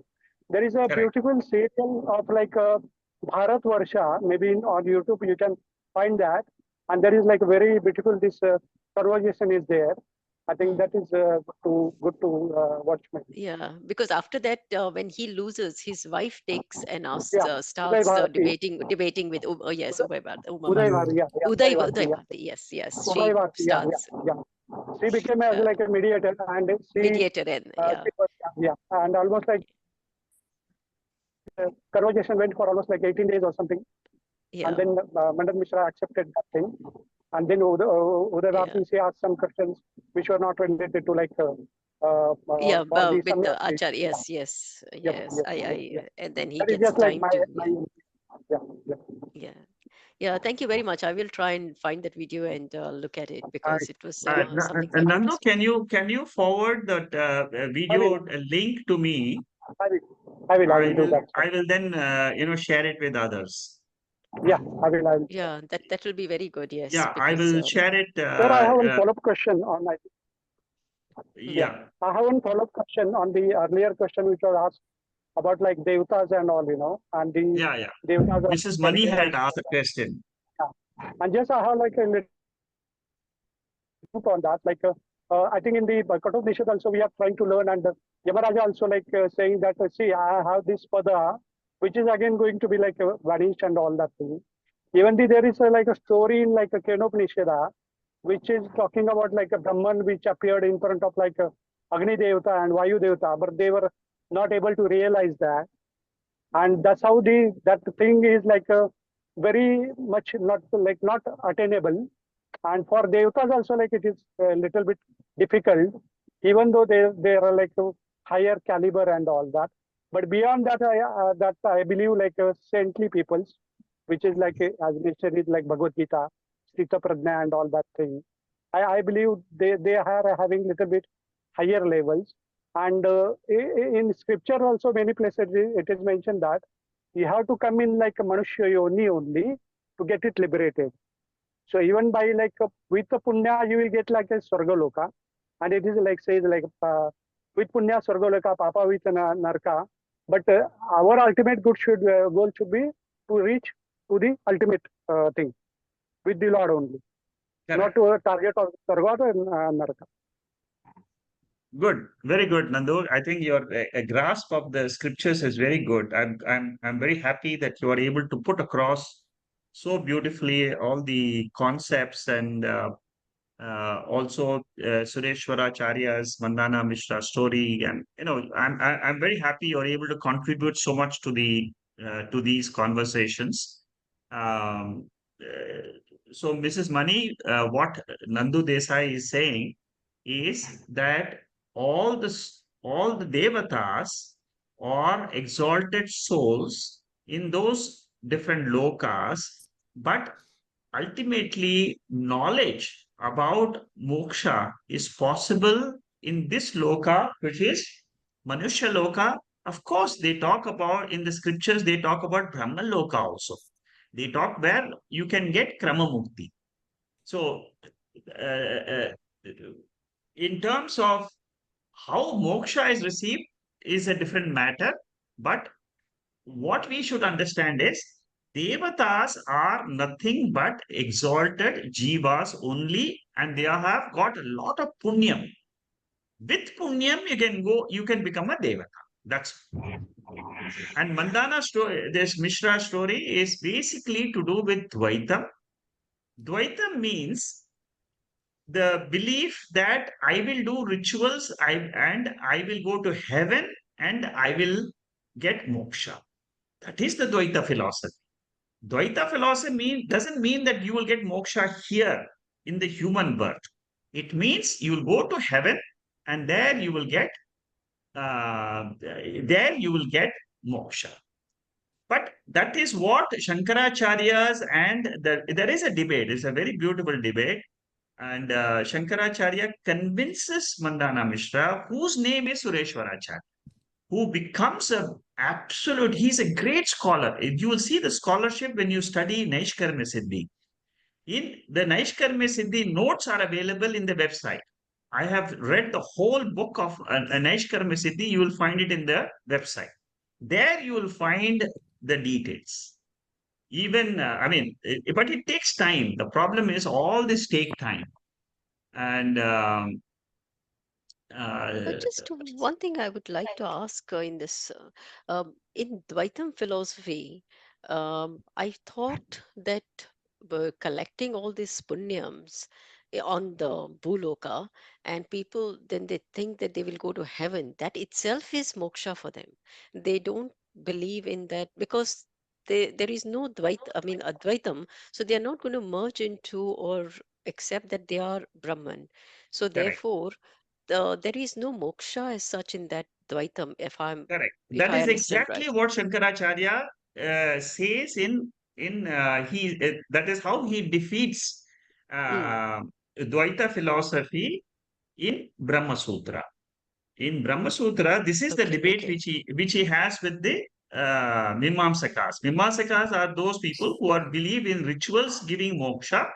Mm, Reaching heaven itself is moksha for them, for but them, uh, yeah, according to Shankaracharya, reaching heaven you will come back to earth, because yeah, reaching heaven is only because of punyam. Punyam, Time as bound. soon as the punyam exhausts, you will fall into this same loka again. And again, yeah. you have to start again and start collecting your punyam. Anyway, these are all, related to other philosophers and their thought processes. It's good to know those philosophers. That is why Shankaracharya says, in the fourth chapter, you will learn all this. In Mandukya itself, you will learn all this. Why Dvaitam is not the right philosophy? Why Advaitam alone can give moksha? Fourth chapter of Mandukya Upanishad, brilliant chapter for those people who are interested in logic, who are interested in understanding the other philosophers. Even today there are different schools which says, I can do this yoga and get moksha. I can do this and get moksha. Uh, anyway, I that think will the meaning of moksha is different there. yes, I believe it's and as you point, if you think that the reason why I brought this up or other is because the fact, after that point when the whole of North India embraced Advaitam, and therefore the whole country, Bharatvansh, could be, Bharatvansh could be Advaitam. The philosophy of Advaitam became prominent, and there is no, after that, there was no confusion whether, Dvaitam or Advaitam in that era. So that is the reason why I wanted to know that, because he was a very strong believer of Dvaitam. So yeah. how could we, learn from that argument or that discussion to also walk on the path of accepting Advaitam? So I just brought that up. So not in any different way. Yeah, thank you. Thank you. Ganesh, Subramanian, and also Shama has mentioned some things on the about our discussions today. Ganesh has given some site references. You can refer to them. And Shamai, do you have a question? I don't know whether you raised your hand before. Yeah. Shikiji, thank you. I did raise, and it's really one of my take home from today, plus the meditation session, the avyaktam. And that is what is so beautiful. I don't know, I am completely taken in by that avyaktam achintyam avikaryam, or nirvikara. Yeah. And what is a note of caution here, and which is really all of the Mandukya Upanishad, that it becomes so natural for us because of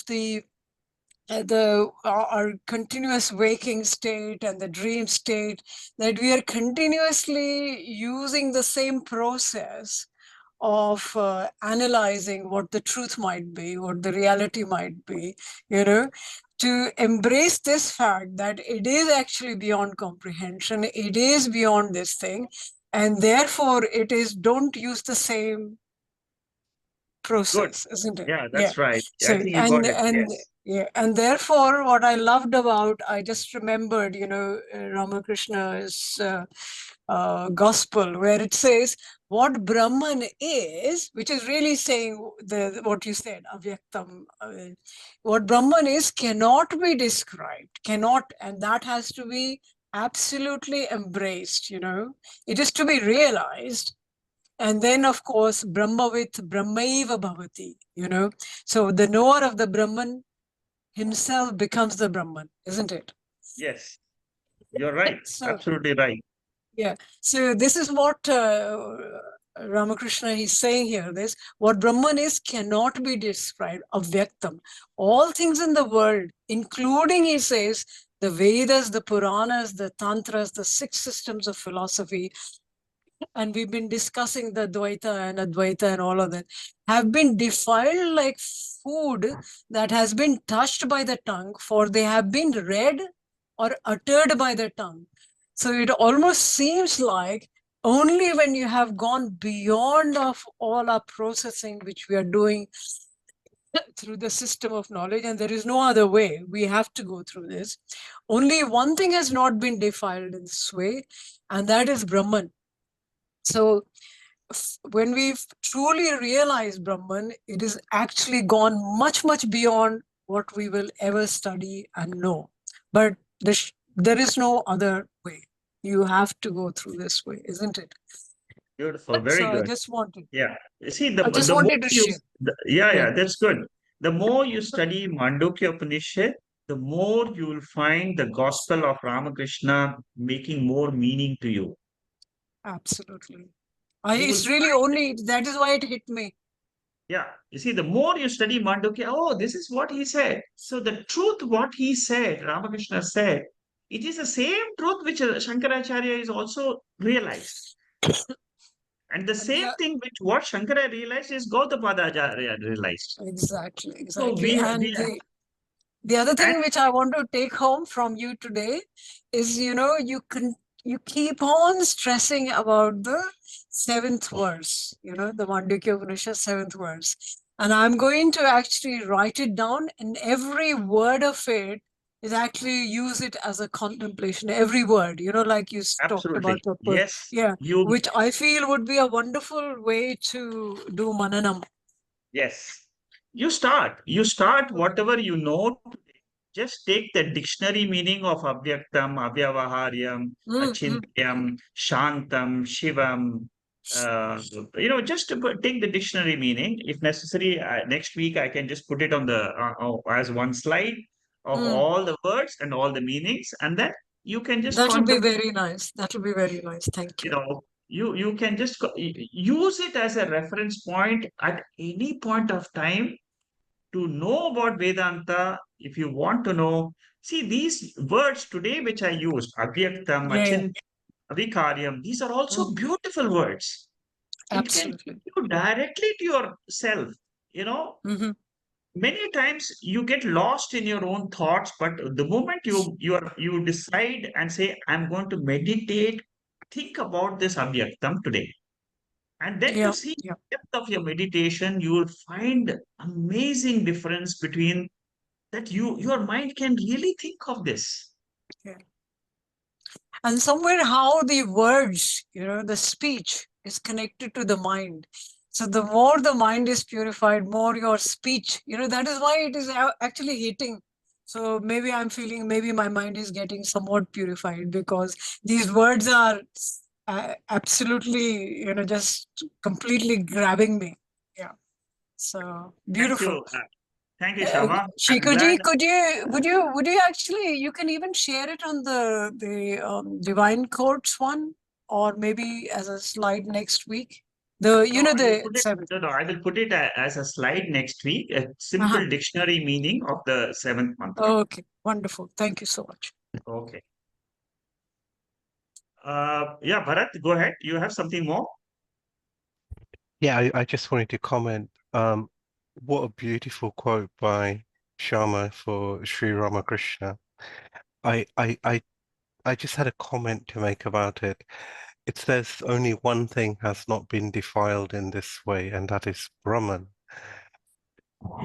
Given that Brahman is all, and we've already, I think in Mandukya Upanishad, if not other Upanishads, we've gone through the transcendent nature of Brahman, that Brahman is beyond, the Vedas, the Puranas, Tantras, six systems of philosophy, but also Brahman is the immanent aspect of everything as well. We, it's both within and beyond. There's countless examples of the water in the wave, the gold in the ornaments. So that was just one point I wanted to make, that it's not just beyond, it's here as well. Yeah, you have to look at the immanent as well as the transcendent. Both, Correct. the moment you understand both, for example, you understand manifest, unmanifest. What Indeed. lies beyond manifest, beyond unmanifest is this Turiya. The The sec thurium is away its nature is such that its ability to perceive never gets lost. Even when the world is not there, thurium knows that there is no world. I am there. World is there. I know I am there. World is not there. I know I am there. So that is the beauty of this thurium. The nature of Turiya is it can perceive the world with the objects and living beings. It can also perceive the object with the world without the objects and living beings. That is the transcendental nature, and world with the objects and beings is the immanent nature. this particular aspect of only one thing has not been defiled in this way. Yes. If I recall correctly, I think Gaudapada uses a very similar argument in the next chapter, denial or duality, where he tries to explain that anything that you're aware of is not you. Yeah. It's not and it's a very similar thing that Sri Ramakrishna is saying here, because anyway, I'll just leave it to that because Yeah. chapter 2 That's will explain it. Also, I just want to point out that we've now gone through mantra 7, and I think Shama Ben, you're doing exactly the right thing. I did exactly the same. I found out the word meanings of each and every word in that mantra. But once you've got that meaning and you feel you're comfortable with it, this is for everyone. And Shekaji, please let me know your feedback on this. But I found it helpful to go back to mantra 1 and mantra 1 and mantra 2 and mantra 3, revise them again, because it starts off with Om, then it says Om is Brahman, and then it says this self is Brahman, and then it goes through some aspects of who you thought you were until you get to mantra 7. So there is this identity between mantra 7 and the Om of mantra 1. Okay. Yeah, yeah, you can definitely link it up. But the real identity of mantra number 7 Yeah. is with the 12th mantra of Upanishad, the real identity. Yes. We have not done the 12th mantra, so nobody would know what it is. So, Yes. yeah, so, but the real identity, which Shankaracharya will say, is the 12th mantra, which describes the silence, amatra. That amatra silence is the same as 7th mantra description. Oh, apologies, Shakaji. I was including the silent part. Whenever I think of the word I'm just used to adding in the silent part automatically. Correct. Apologies. Which is the You're 12th quite mantra. right. Which is the 12th mantra. Quite right. Good. Thank you. Thank you, Bharat. Very good. I'm glad. This is an exercise for all of you. If you want to study Mandukya Upanishad, understand, first of all, write down all the words, which I will do next week. I will try to just put it in the slide. I can share it in the group also. But that is only a dictionary meaning. It will say Avyavaharya means there is no transactions. That's all.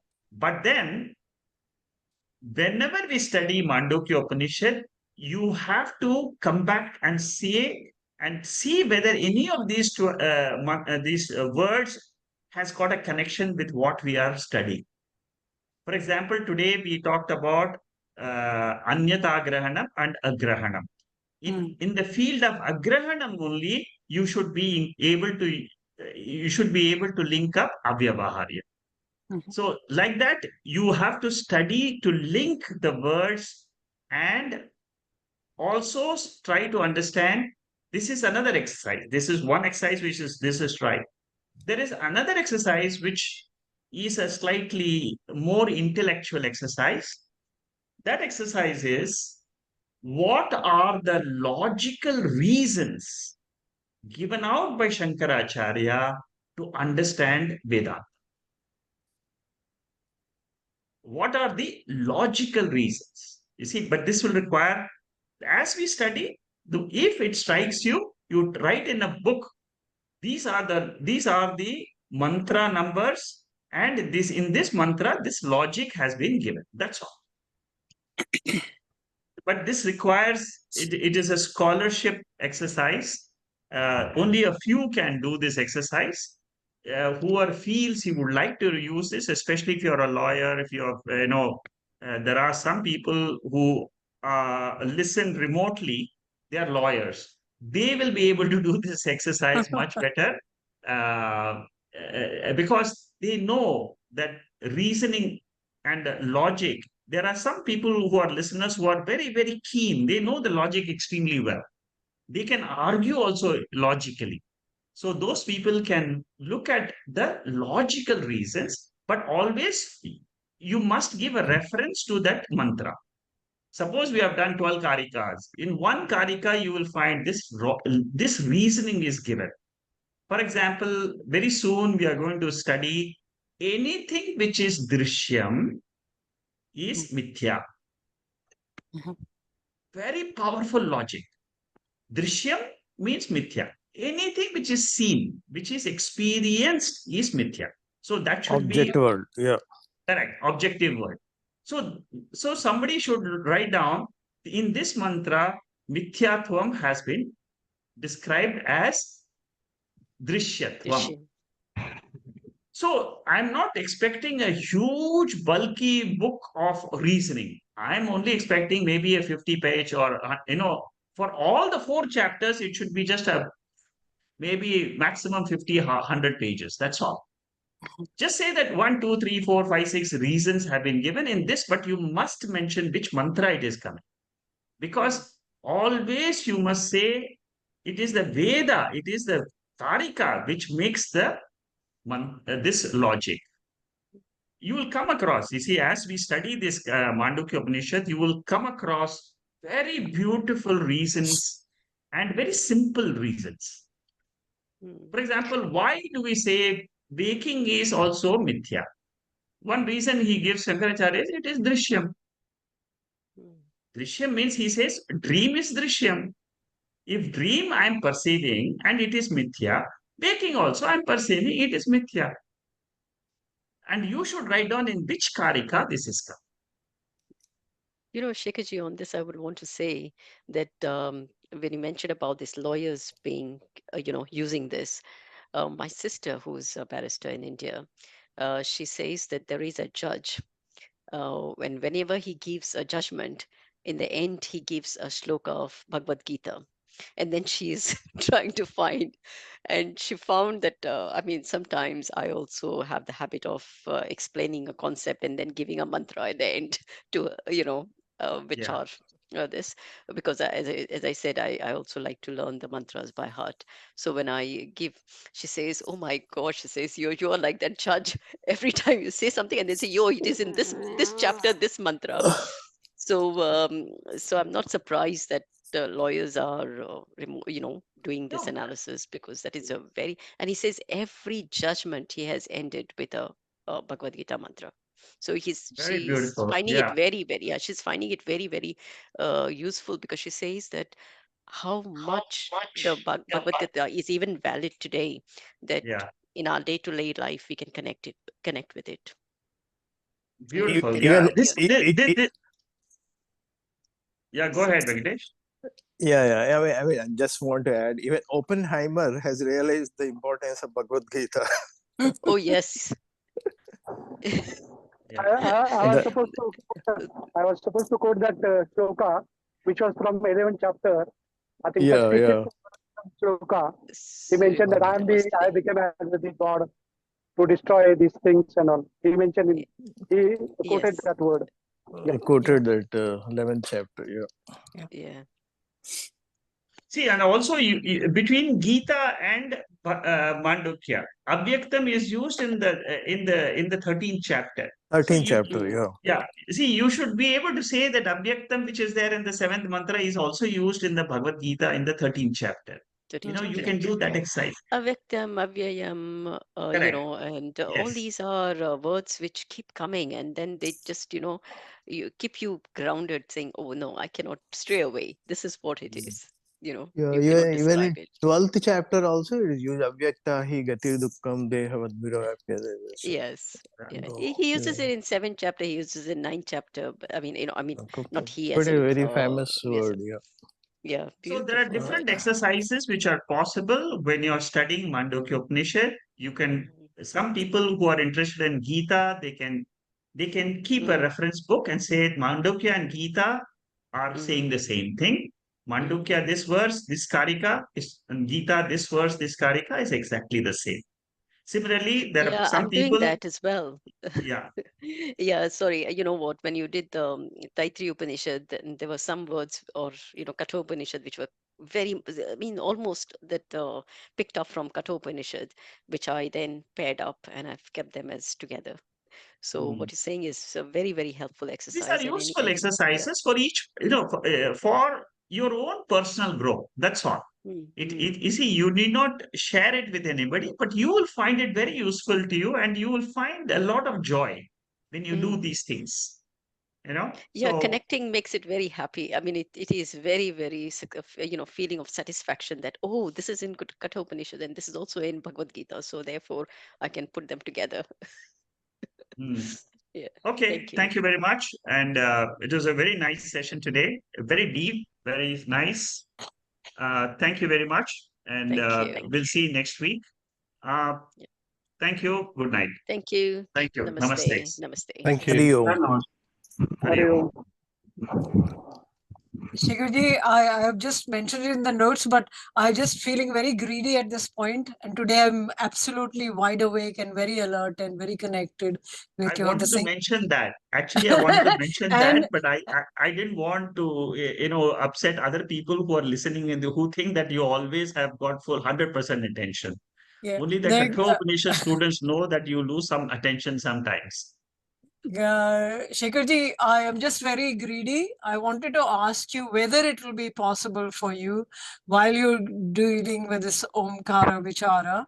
If in Chandogya Upanishad, there is one or two verses right in the beginning, which is talking about Omkara, Om Udgita, I just Yeah, yeah. wondered whether you could somehow combine it with this, because in practice point, I actually used it yesterday and I thought, my God, everything just falls into place, with just practicing that Om Udgita. Oh, it's a very powerful, Yeah, so I thought very, very maybe powerful. if you would just do it, it'll be so nice. It's again connecting dots to, Yeah. so it Send fits me in. the But mantra. I will send me that which one? mantra, that Which one? whatever you have looked at in Udgita. Chandogya Yeah, Upanishad. Omkara Udgita. Yeah, Yeah. I'll send you. Thank you so much. Send me that Thank you. mantra by email. Thank Yeah. you.